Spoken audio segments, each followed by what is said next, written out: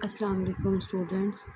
आज का हमारा टॉपिक है असर्टिव सेंटेंसेस। ठीक है, असर्टिव सेंटेंसेस ऐसे सेंटेंसेस होते हैं जिनके अंदर हम किसी भी बात के बारे में या किसी भी चीज़ के बारे में किसी भी तरह की इंफॉर्मेशन देते हैं, यानी किसी भी वाक़ये के होने की ख़बर देते हैं। तो ऐसे सेंटेंसेस जो होते हैं उनको हम असर्टिव सेंटेंसेस कहते हैं। प्रीवियस सेंटेंसेस की तरह जिस तरह से हमने बहुत सारी चीज़ें पढ़ी हैं या रूल्स जो है उनको देखा है, उनके अकॉर्डिंग हम इनके अंदर भी कुछ स्पेसिफिक चेंजेस जो हैं वो करेंगे।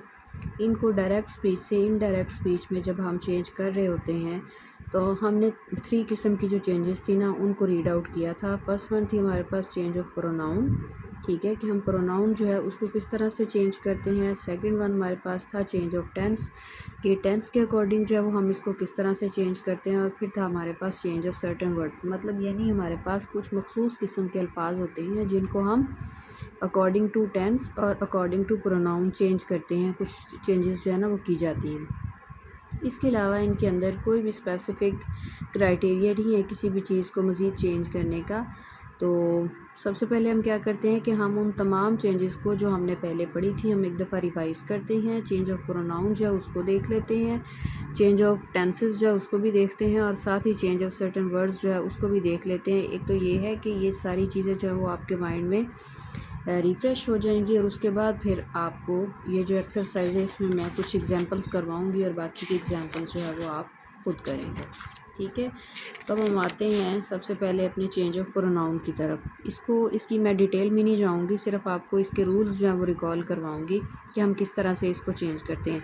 चेंज ऑफ प्रोनाउन के अंदर हमारा सबसे पहला जो एक असूल था वो ये था कि अगर हमारे पास सेंटेंस का दूसरा हिस्सा यानी रिपोर्टेड स्पीच जो है उसमें हमारा सब्जेक्ट जो है फर्स्ट पर्सन यानी आई, माई, मी या वी, आवर, अस में से कोई भी प्रोनाउन हमारे उस सेंटेंस के हिस्से के अंदर आता है तो इसको हम क्या कर देते हैं, हम रिपोर्टिंग स्पीच के फाइल के अकॉर्डिंग चेंज करते हैं। किस तरह से चेंज करते हैं एक एग्जांपल मैं आपको दिखा देती हूँ। फर्स्ट करें कि हमारे पास एग्जांपल है she says I am going to college. इसके अंदर हमारे पास पहला हिस्सा जो है वो शी सेज है और दूसरा हिस्सा जो इन्वर्टेड कॉमास के अंदर है वो शुरू हो रहा है आपका आई से। तो इसके अंदर आई जो है ये हमारा फर्स्ट पर्सन है, इसको हम किसके अकॉर्डिंग चेंज करेंगे, इसको हम अपने शी के अकॉर्डिंग जो है वो चेंज करेंगे। इन्वर्टेड कॉमास हम हटा देंगे, शी सेज हमारे पास आ जाएगा, और इन्वर्टेड कॉमास जब हम ख़त्म कर देंगे तो उसकी जगह पे हमारे पास दैट आ जाएगा, और दैट के बाद हमारे पास हमारा सब्जेक्ट क्या है, फर्स्ट पर्सन है, ये फर्स्ट पर्सन चेंज होगा शी के अकॉर्डिंग तो ये शी ही आ जाएगा। और उसके बाद यहाँ पे एम था, तो जब हमारा सब्जेक्ट चेंज हुआ तो हेल्पिंग वो ऑटोमेटिकली चेंज हो जाएगा, she is going to college. तो ये इस तरह से कंप्लीट हो जाएगा। अब हम अपने सेकंड रूल की तरफ आते हैं कि अगर सेंटेंस के दूसरे हिस्से यानी रिपोर्टेड स्पीच से मुराद सेंटेंस का वो पार्ट है जो इन्वर्टेड कॉमास के अंदर लिखा जाता है, उसमें हमारे पास अगर सेकंड पर्सन यानी यू या यूअर आए तो उसको हम किस तरह से चेंज करते हैं। उसको हम इस तरह से चेंज करते हैं कि इसके लिए एक स्पेसिफिक चेंजेस हैं जो जिनको हम करते हैं, ये देखते हैं। इसमें देखें एग्जांपल देखते हैं और उसके साथ ही इसको मैं आपको क्लियर कर देती हूँ। देखिए यहाँ पे हमारे पास एग्जांपल है he says to her. Okay, जो हमारा फर्स्ट पार्ट है उसके अंदर यहाँ पे हमारे पास क्या है, ऑब्जेक्ट मौजूद है। हर जो है वो आपका ऑब्जेक्ट है। आपको पता है सेज टू को हमने किस तरह से चेंज करना होता है। सेज टू को हम किस में चेंज करेंगे, टेल्स में चेंज कर देंगे, हर वैसे ही आ जाएगा। इन्वर्टेड कॉमर्स ख़त्म करेंगे तो हमारे पास दैट आ जाएगा। अब यहाँ पे यू जो है ये सेकंड पर्सन है। हमने कहा था कि हमारा जो फर्स्ट पर्सन होगा उसे हम किसके अकॉर्डिंग चेंज करेंगे, हम फर्स्ट पर्सन जो हमारा सेंटेंस का पहला हिस्सा होगा उसके सब्जेक्ट के अकॉर्डिंग चेंज करेंगे। जब हमारे पास ये चीज़ आ जाएगी, सेकंड पर्सन आ जाएगा, तो फिर हम उसको क्या करेंगे, सेकंड पर्सन को हम अपने जो सेंटेंस का पहला हिस्सा है उसके ऑब्जेक्ट के अकॉर्डिंग चेंज करें। यानी यहाँ पे यू जो है ये सेकंड पर्सन है और ये किसके अकॉर्डिंग चेंज होगा, हर के अकॉर्डिंग चेंज होंगे। और यहाँ आपका ये वाला रूल जो है क्लियर हो गया। He tells her that she is a good girl. Okay, अब नेक्स्ट रूल जो उसको देखते हैं कि अगर हमारे पास सेंटेंस के पहले हिस्से के अंदर कोई भी ऑब्जेक्ट ना हो, जैसे यहाँ पे हमारे पास था हर, ठीक है, अगर कोई ऑब्जेक्ट ना हो तो फिर हमने सेकंड पर्सन को क्या करना है, तो हमने सेकंड पर्सन को फर्स्ट पर्सन में चेंज कर देना है। ओके, इसको दोबारा देख लें कि जब आपके पास इन्वर्टेड जो होता है दूसरा डायरेक्ट सेंटेंस होता है उसके आपके दो पार्ट होते हैं, ठीक है। फर्स्ट वन आपका होता है जो इन्वर्टेड कॉमास से बाहर होता है, दूसरा जो होता है वो इन्वर्टेड कॉमास के अंदर होता है। हम पढ़ रहे हैं कि सेकंड पर्सन जो होता है उसको किस तरह से चेंज करते हैं। अगर आपका सेंटेंस के दूसरे हिस्से के अंदर सेकंड पर्सन है, यानी आपका प्रोनाउन जो है वो सेकंड पर्सन है, यू या यूअर में से कुछ आया है, और आपके पास पहले हिस्से के अंदर ऑब्जेक्ट मौजूद नहीं है, तो फिर आप उस सेकंड पर्सन को किस में चेंज कर देंगे, फर्स्ट पर्सन में चेंज कर देंगे, और यू किस में चेंज हो जाएगा, आई में चेंज हो जाएगा। नेक्स्ट है कि अगर आपके पास सेंटेंस का जो पहला हिस्सा है, ठीक है, और उसको अगर वो ऑलरेडी ही फर्स्ट पर्सन है तो यू या यूअर को हम तब्दील ही नहीं करते, उसके अंदर कोई चेंजिंग नहीं करते। एग्जांपल दी हुई है, मैंने पहले भी करवाई, इसको अगेन देख लें। आई से है और यहाँ पे हमारे पास सेकंड पर्सन है, तो जब यहाँ पे सेकंड पर्सन है और पहले हिस्से के अंदर फर्स्ट पर्सन है तो इसको हम चेंज नहीं करेंगे, इसको हम इसी तरह से रहने देंगे। I say that you are a good boy. Rule number third है हमारे पास कि अगर सेंटेंस के दूसरे हिस्से में थर्ड पर्सन यानी he, his, him, they, their, them, one, ones, it या इट्स में से कोई भी नाम आता है तो उसको हम चेंज नहीं करते हैं। एग्जाम्पल हमारे पास है शी सेज। अब हमारे पास इन्वर्टेड कॉमास के अंदर जो चीज़ आती है वो है she goes to college daily, ठीक है। तो इसके अंदर हमारा यहाँ पे भी सब्जेक्ट शी है और यहाँ पे भी सब्जेक्ट जो इन्वर्टेड कॉमास के अंदर हमारा पार्ट है उसके अंदर भी शी ही है, ठीक है। तो दोनों सब्जेक्ट्स हमारे क्या हैं, सेम है। तो हमने जो रूल पढ़ा है कि अगर थर्ड पर्सन आ जाए तो उसको हम चेंज नहीं करते हैं। शी सेज इन्वर्टेड कॉमास ख़त्म किए तो दैट आ गया she goes to college daily. तो इस तरह से ये हमारा चेंज ऑफ प्रोनाउन वाला जो पार्ट था इसको मैंने आपको रिकॉल करवा दिया। अब आता है चेंज ऑफ टेंसेस का, तो इसको देख लेते हैं कि चेंज ऑफ टेंसेस जो है उसमें आपने क्या करना है। इसमें ये चीज़ याद रखने वाली है, सबसे बड़ी बात है कि अगर आपके सेंटेंस का एक हिस्सा प्रेजेंट, पास्ट या फ्यूचर में से है तो आपने सेंटेंस का दूसरा हिस्सा जो है उसको भी अकॉर्डिंगली चेंज करना है।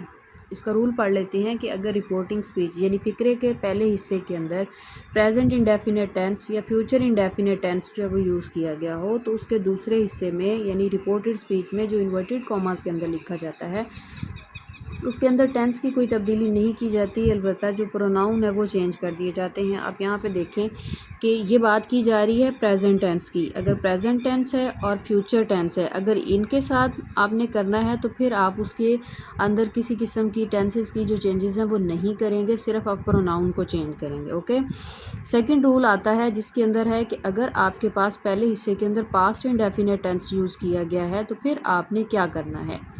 हमारे पास है शी सेड। सेड जो है ये आपको बता रहा है कि ये पास्ट इंडेफिनेट है और इसका जो दूसरा हिस्सा है गो टू कॉलेज, ये किसको जाहिर कर रहा है, ये प्रेजेंट इंडेफिनेट को कर रहा है।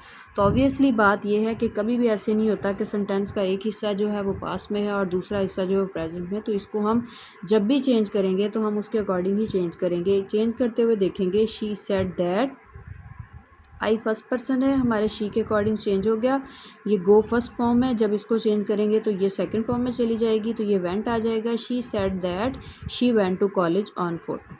नेक्स्ट हमारा आता है पॉइंट, उसको आप देखते हैं कि अगर फ़िक्रे के दूसरे हिस्से में पहले ही वर्ब की दूसरी फॉर्म मौजूद हो तो उसकी जगह हम क्या कर देते हैं, हैड के साथ थर्ड फॉर्म लगा देते हैं। एग्जांपल देख लें कि अगर हमारे पास ऑलरेडी सेंटेंस जो है वो पास्ट टेंस के अकॉर्डिंग सेट है तो जब हमने उसको इनडायरेक्ट में करना है तो हम क्या करेंगे, वेंट की जगह पे वेंट सेकंड फॉर्म है तो यहाँ थर्ड फॉर्म आ जाएगी और इसके साथ हैड लगा देंगे।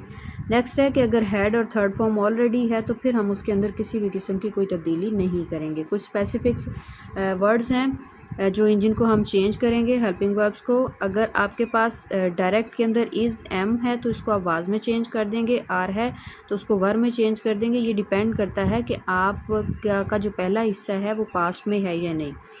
हैव और हैज़ हैं तो हैड में चेंज हो जाएंगे, विल और शैल वुड में चेंज हो जाएंगे, कैन कुड में चेंज होगा और मे माइट में चेंज हो जाएगा, ठीक है।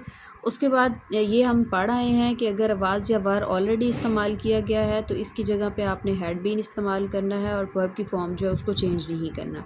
डू नॉट या डज़ नॉट इस्तेमाल किया गया तो इसकी जगह आप डिड नॉट इस्तेमाल करेंगे। रिकॉल करवा देती हूँ, डू नॉट और डज़ नॉट इस्तेमाल करते हैं हम प्रेजेंट इंडेफिनिट के नेगेटिव सेंटेंसेस के अंदर, और जो डिड नॉट है ये हम इस्तेमाल करते हैं पास्ट में। ठीक है, और आपको ये भी याद होना चाहिए कि पास्ट टेंस के अंदर जब हम डिड नॉट इस्तेमाल करते हैं तो उसके साथ हम फर्स्ट फॉर्म यूज़ करते हैं, अदरवाइज़ बाकी जो पास्ट इंडेफिनिट टेंस है उसके अंदर हम सेकंड फॉर्म यूज़ करते हैं। ठीक है, नेक्स्ट हमारे पास आता है कि अगर डिड नॉट ऑलरेडी हो तो फिर हम क्या कर देते हैं, हैड नॉट इस्तेमाल करते हैं और थर्ड फॉर्म उसको यूज़ कर देते हैं। और अगर हमारे पास ये सेंटेंसेस के अंदर कुछ वर्ड्स जो हैं could, must, would, should, had, might, इनमें से कोई भी इमदादी फेल इस्तेमाल किया गया हो तो हम वर्ब की फॉर्म जो है उसको चेंज नहीं करते हैं, सिर्फ प्रोनाउन जो है उनको चेंज कर देते हैं। नेक्स्ट हमारे पास है कि यूनिवर्सल ट्रूथ जो होती है ये हमेशा मतलब जब भी लिखी जाती है तो इसके अंदर क्या होता है, हम किसी किस्म की कोई चेंजेस नहीं करते हैं, सिर्फ हम इन्वर्टेड कॉमास जो है वो हटा देते हैं और दैट लगा दिया जाता है। नेक्स्ट आता है हम स्पेसिफिक जो वर्ड्स के अंदर चेंजेस करनी थी उसको हम एक दफ़ा रिकॉल कर लेते हैं। दिस जो है उसको दैट में चेंज कर दिया जाता है, दिस को दोज में चेंज कर दिया जाता है, हेयर को देयर में, नाउ को देन में, दस को सो में, अगो को बिफोर में, आइदर को ताइदर में, हैंस को देंस में, टुडे को दैट डे में, टू नाइट को दैट नाइट में, टुमारो को द नेक्स्ट डे के अंदर, और द नेक्स्ट डे जो है द फॉलोइंग डे में चला जाता है। इसी तरह से यस्टरडे प्रीवियस डे में चला जाता है और लास्ट डे जो है वो प्रीवियस डे में चला जाता है। लास्ट नाइट जो है प्रीवियस नाइट। कुछ स्पेसिफिक वर्ड्स हैं जिनको हम क्या कर देते हैं, वो स्किप कर देते हैं, उनको हम नहीं ऐड करते इसके अंदर। ऑल राइट है, हेलो है, वेल है, नो है, येस है। ठीक है, इसके अंदर कुछ चीज़ें हैं जिनको हम देखते हैं कि रूल्स के अकॉर्डिंग जो क्या आपने करना होता है। तो ये स्पेसिफिक किस्म की चेंजेस हैं जिनको आपने करना है और करने के बाद ही आपने इसको कंप्लीट करना है। ठीक है, अब हम चलते हैं अपनी एक्सरसाइज की तरफ। आपको मैंने बता दिया था कि ये जो असर्टिव सेंटेंसेस होते हैं ये क्या होते हैं, इसको दोबारा देख लेते हैं कि ये ऐसे फ़िक्रात होते हैं जिनमें किसी भी बात के वाक़े होने या ना होने की खबर दी गई होती है। ठीक है, तो इन्हें हम क्या कहते हैं, असर्टिव सेंटेंसेस कहते हैं। और इसके अंदर फर्स्ट वन एग्जांपल है हमारे पास, बाकी इसके अंदर कुछ भी आपको चेंज करने की ज़रूरत नहीं है। फर्स्ट वन एग्जांपल है, the teacher said to the students you may go now.